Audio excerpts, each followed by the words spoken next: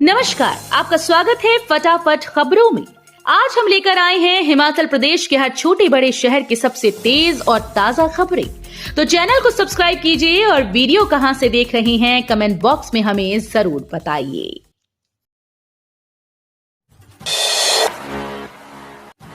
Tanda medical college में मिलेगी बेहतर स्वास्थ्य सुविधाएं, भरे जाएंगे 462 पद। देहरा के ध्यान का विधायक बनना कांगड़ा जिले के लिए वरदान सिद्ध हो रहा है। मुख्यमंत्री ठाकुर सुखविंदर सिंह सुक्खू की धर्मपत्नी कमलेश ठाकुर के देहरा विधानसभा क्षेत्र से विजयी होने के बाद प्रदेश सरकार ने कांगड़ा जिले को सबसे बड़ा तोहफा दिया है। प्रदेश सरकार ने जिले के सबसे बड़े अस्पताल डॉक्टर राजेंद्र प्रसाद राजकीय मेडिकल कॉलेज टांडा में एक साथ विभिन्न श्रेणियों के 462 पद स्वीकृत करने का फैसला लिया है और अब जल्द ही इन पदों को भरने की प्रक्रिया भी शुरू होगी। कृषि मंत्री चौधरी चंद्र कुमार ने कहा कि इन पदों के भरने से टांडा मेडिकल कॉलेज में मरीजों को बेहतर स्वास्थ्य सुविधाएं प्राप्त होगी और वे कम खर्च में अपना उपचार करवा पाएंगे। उन्होंने कहा कि टांडा मेडिकल कॉलेज में विशेषज्ञ स्वास्थ्य सुविधाएं प्रदान करने से कांगड़ा, चंबा तथा हमीरपुर जिले के लोगों को लाभ होगा। शिक्षा मंत्री ने जुब्बल में 80 लाख से नवनिर्मित कल्याण भवन का किया उद्घाटन। शिक्षा मंत्री रोहित ठाकुर जुब्बल क्षेत्र के एक दिवसीय प्रवास पर थे, जहां उन्होंने जुब्बल में 80 लाख की लागत से नवनिर्मित कल्याण भवन का उद्घाटन किया। यह भवन जिला शिमला का पहला कल्याण भवन है। भवन के सभागार में हुए एक समारोह में शिक्षा मंत्री ने उपस्थित जनसमूह को संबोधित करते हुए बताया कि इस भवन के बनने से विभाग को जहाँ एक और अपने कार्यों के निष्पादन में सुविधा मिलेगी, वहीं दूसरी और विभाग को अतिरिक्त किराया भी नहीं देना होगा। गौरतलब है कि कल्याण भवन के निर्माण से पूर्व सामाजिक कल्याण विभाग का कार्यालय किसी निजी भवन में था, जिसका शुल्क विभाग को चुकाना होता था। 10 अक्टूबर से धान की खरीद, फसल का मूल्य तय। खाद्य आपूर्ति विभाग द्वारा प्रदेश के किसानों से धान खरीद करने के लिए 10 सितंबर के बाद पोर्टल खोल दिया जाएगा।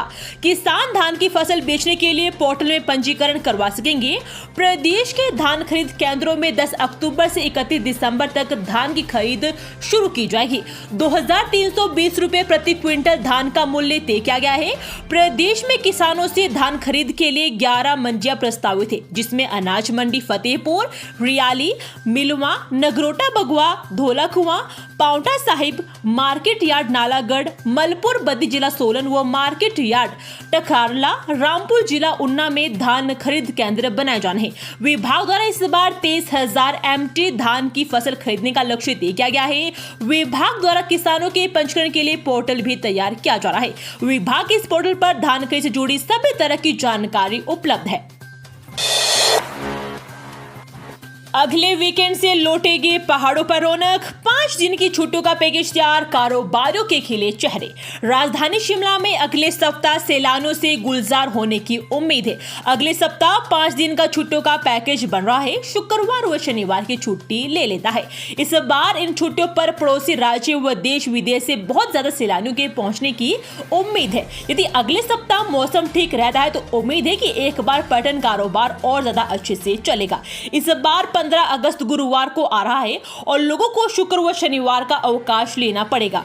19 अगस्त को रक्षाबंधन है, इसको लेकर सरकारी अवकाश होता है। यदि कोई शुक्रवार व शनिवार की छुट्टी ले लेता है तो उसको 5 दिन का छुट्टियों का पैकेज मिलेगा।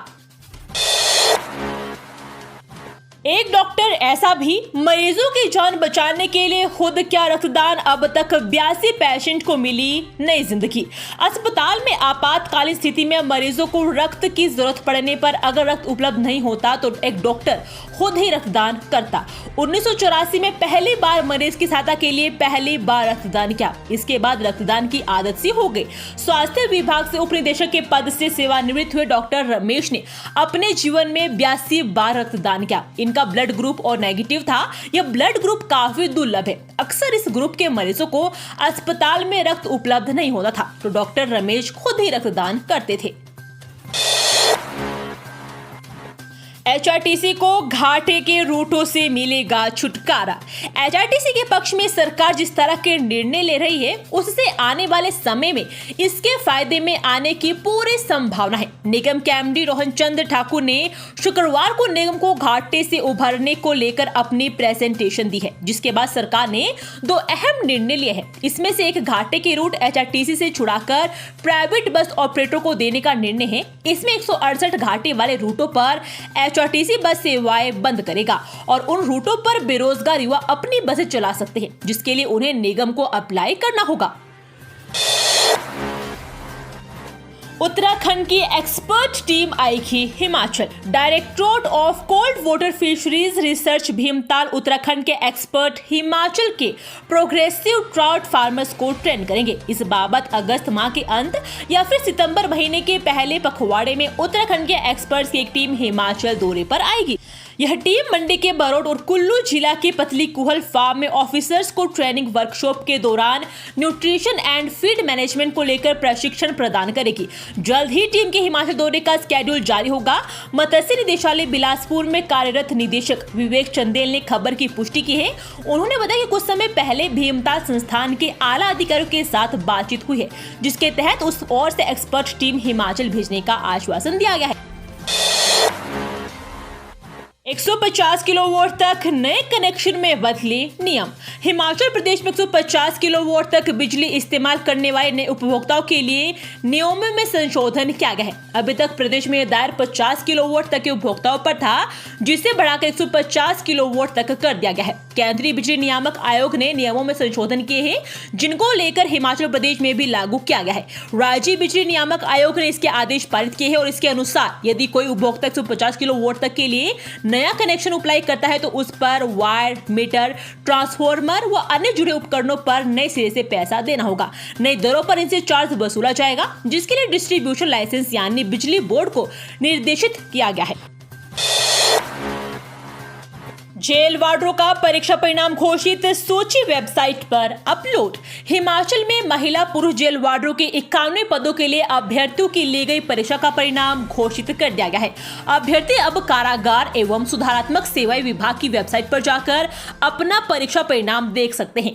कारागार एवं सुधारात्मक सेवाओं के महानिदेशक SR ओझा ने कहा कि पुरुष व महिला जेल वार्डरों के पदों की भर्ती के लिए 28 जुलाई रविवार को दोपहर 12 बजे शिमला, मंडी व धर्मशाला में लिखित परीक्षा आयोजित की गई थी। विभाग द्वारा लिखित परीक्षा का परिणाम तैयार करके इसे वेबसाइट पर अपलोड कर दिया गया है। इसके लिए विभाग द्वारा आपत्तियां भी मांगी गई थी और निर्धारित समय के भीतर आए आक्षेपों की सुनवाई के बाद अब अंतिम परिणाम घोषित कर दिया गया है।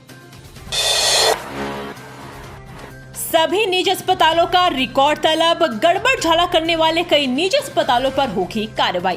हिमाचल प्रदेश में हिम केयर योजना के नाम पर गड़बड़ झाला करने वाले कई निजी अस्पतालों पर कार्रवाई होगी। प्रदेश सरकार इन अस्पतालों का रिकॉर्ड खंगालने में जुटी है। निजी अस्पतालों में इस योजना में सीधे हिम केयर कार्ड बना दिए जाते थे, उसके बाद बिल दे दिया जाता था, वेरिफिकेशन नहीं की जाती थी। हजारों के ऑपरेशन के बिल लाखों में बना दिए गए हैं। हिमाचल में 15 से 20 ऐसे निजी अस्पताल है जो प्रदेश सरकार की रडार पर है। बीबीएन में चोरी की बड़ी वारदात, 2 एटीएम से ऐसे उड़ाए 19 लाख रुपए। औद्योगिक क्षेत्र बीबीएन में बद्दी के तहत वीरवार रात्रि बागबानिया में चोर 2 एटीएम तोड़कर करीब 19 लाख रुपए लेकर फरार हो गए। चोरों ने इस घटना को अंजाम देने के लिए जिस गाड़ी का प्रयोग किया था वह साथ के होटल परिसर से चुराई थी। पुलिस ने मामला दर्ज कर छानबीन शुरू कर दी है और सीसीटीवी फुटेज को खंगाला जा रहा है। जानकारी के अनुसार करीब 4 लोगों ने इस वारदात को अंजाम दिया, जिन्होंने मुंह पर कपड़ा बांधा था। पुलिस से मिली जानकारी के अनुसार थाना प्रभारी मानपुरा के पास आशीष शर्मा निवासी चंडीगढ़ ने बयान दर्ज करवाया कि उसके पास शिमला व सोलन जिले में स्थापित SBI के एटीएम के परिचालन का जिम्मा है। मंडी के हड़ोगी पुल के पास बस का इंतजार कर रहे युवक पर गिरा पत्थर, दर्दनाक मौत। 25 साल थी उम्र। चंडीगढ़ मनाली नेशनल हाईवे पर और थाना क्षेत्र के तहत आने वाले हणोगी पुल के पास बस का इंतजार कर रहे युवक की पहाड़ी से पत्थर गिरने के कारण मौत हो गई। मृतक की पहचान 25 वर्षीय शमशानी के रूप में हुई है। हालांकि युवक का असली नाम पुलिस अभी तलाश कर रही है, लेकिन प्रारंभिक तौर पर मिली जानकारी के अनुसार यह युवक बचपन से कुल्लू शहर के शमशान घाट के पास अकेला ही रहता था और इस कारण इसे सब शमशानी के नाम से बुलाते थे। तो ये थी आज की फटाफट खबरें। हम मिलेंगे अगले बुलेटिन में, तब तक के लिए धन्यवाद। जय हिंद।